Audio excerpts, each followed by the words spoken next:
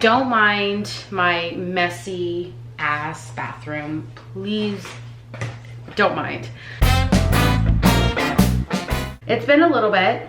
I've had to step away from YouTube. Girl got bills and I was in between jobs. Maybe I'll cut that out because that sounds like an excuse, but it's not.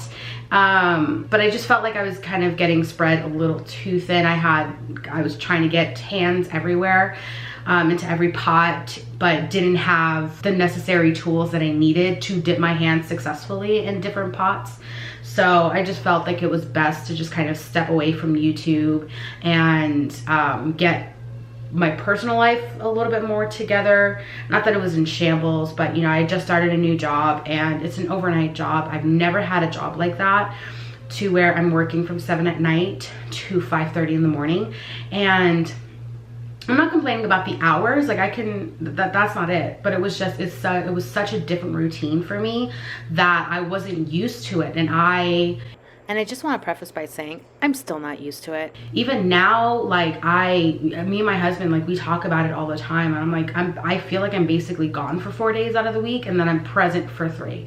Because during Monday, Tuesday, Wednesday, at least during the school year and what will be the school year, I come home from work, wait around basically because I can't go to sleep, wait around for everybody to get up and get the girls dressed, get the girls fed. You know, what was happening before is I would drop my daughter off, my oldest off at school, and then me and my youngest would come home. She'd eat probably an extra snack or something. I'd make sure she had everything, but you know, in my room, and then I'd turn everything off.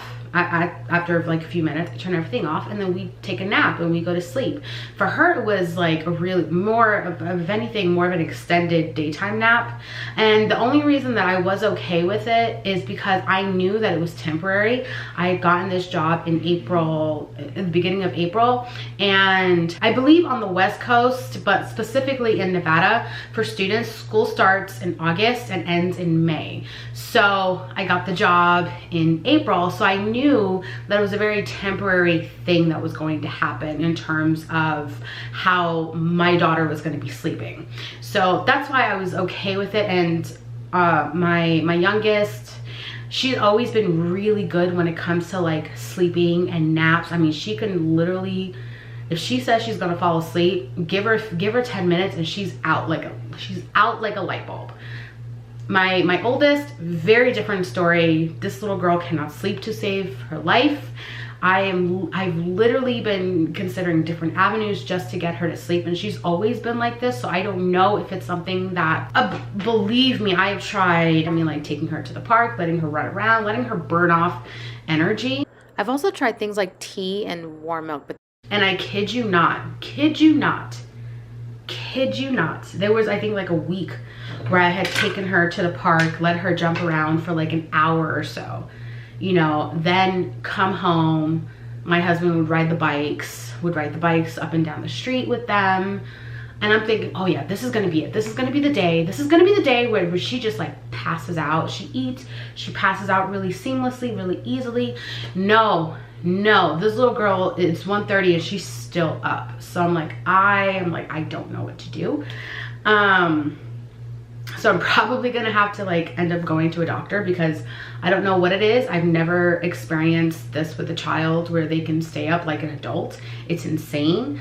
I could never do that as a kid. Like, I think the latest as a little kid, the latest I've probably ever stayed up was maybe 12:30, 1 o'clock ish. And that's usually like, New Year's Eve or something like that. I was never able to like stay up until I got much older, and that was usually kind of like, I can go to sleep right now, but I'm gonna like make myself stay up.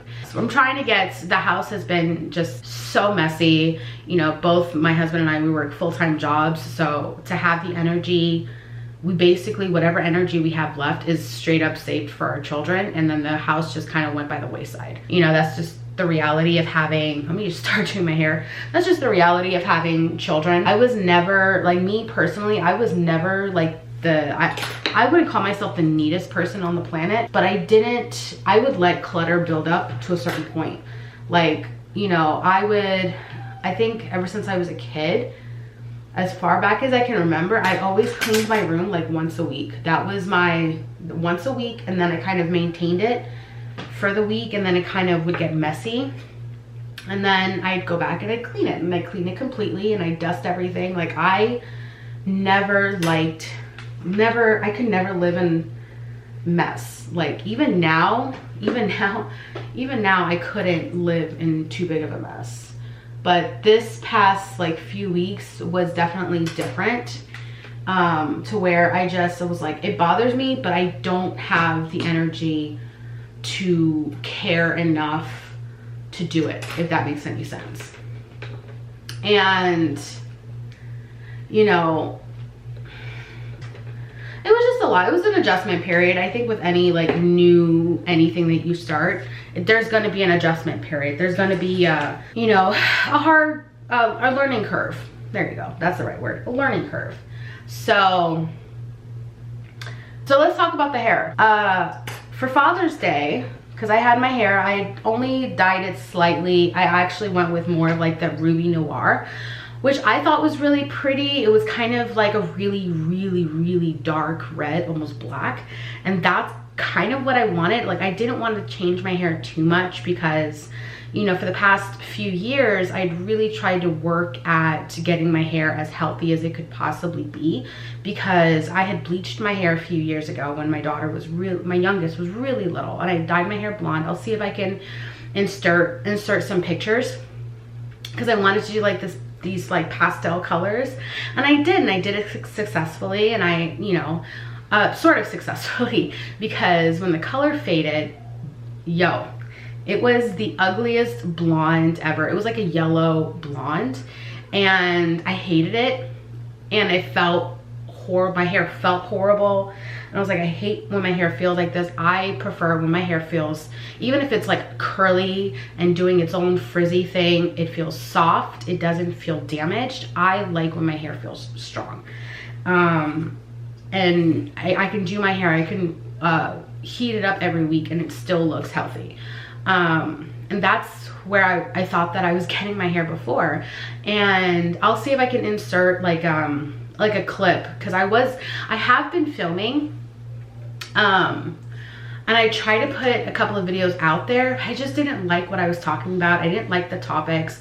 I thought that I was just very awkward in camera, and I really value the work that I'm doing with YouTube, and I really value, I thought that, you know, my content before, it was improving. It was steadily improving. I was getting more and more comfortable being in front of the camera and being in front of, you know, a kind of a setting, and I thought my editing skills were getting just a little better.